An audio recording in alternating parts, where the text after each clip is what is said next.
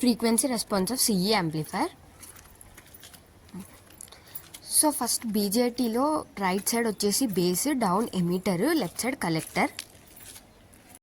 ఎమిటర్కి 2 connections ఉన్నాయి. 560 ఓం ఒకటి, 22 microfarad capacitor.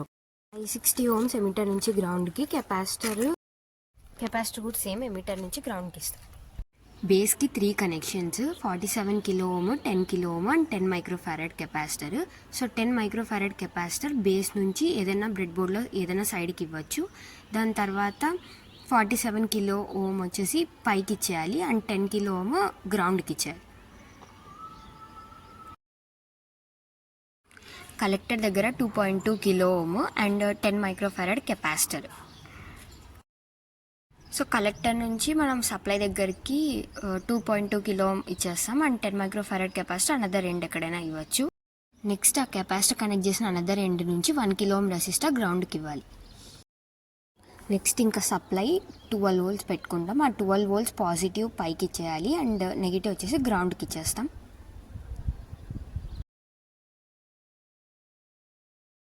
Next input function జనరేటర్కి ఇవ్వాలి 1x ప్రోబ్ అండ్ అది పాజిటివ్ వచ్చేసి బేస్ దగ్గర ఉన్న కెపాసిటర్ 1 ఎండ్కి, నెక్స్ట్ నెగిటివ్ వచ్చేసి గ్రౌండ్కి ఇస్తాం.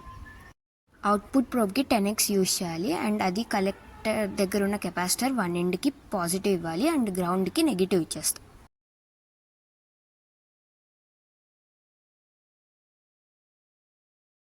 సో ఇక్కడ ఇన్పుట్ ఇచ్చేసిన తర్వాత మనకు అక్కడ సైన్ వేవ్ గ్రాఫ్ అనేది వస్తుంది. తర్వాత ఇక్కడ యాంప్లిట్యూడ్ ఎలా పెట్టుకోవాలి అంటే సైన్ వేవ్ గ్రాఫ్లో ఎక్కడి నుంచి అయితే మినిమం క్లిప్పింగ్ స్టార్ట్ అవుతుందో అక్కడ నుంచి యాంప్లిట్యూడ్ పెట్టుకుంటాం. అది Vmax. తర్వాత మనకి V మినిమం కావాలి కాబట్టి సో 50/2 చేస్తే 25 వస్తుంది. సో అది మినిమం వాల్యూ. సో 25 to 50 మధ్యలో ఏ వాల్యూ కన్నా ఇది ఫిక్స్ చేసుకుంటాం, దాన్ని Vin అంటారు. తర్వాత ఇక్కడ ఫ్రీక్వెన్సీ మార్చుకుంటూ మనం ఇక్కడున్న peak to peak values note చేసుకోవాలి. సో అప్పుడు మనకి V0 వస్తుంది. దాని తర్వాత ఏవి కావాలంటే V0 ఇక్కడ ఫిక్స్ చేసుకున్న వాల్యూ వేస్తే ఏవి వస్తుంది అంతే.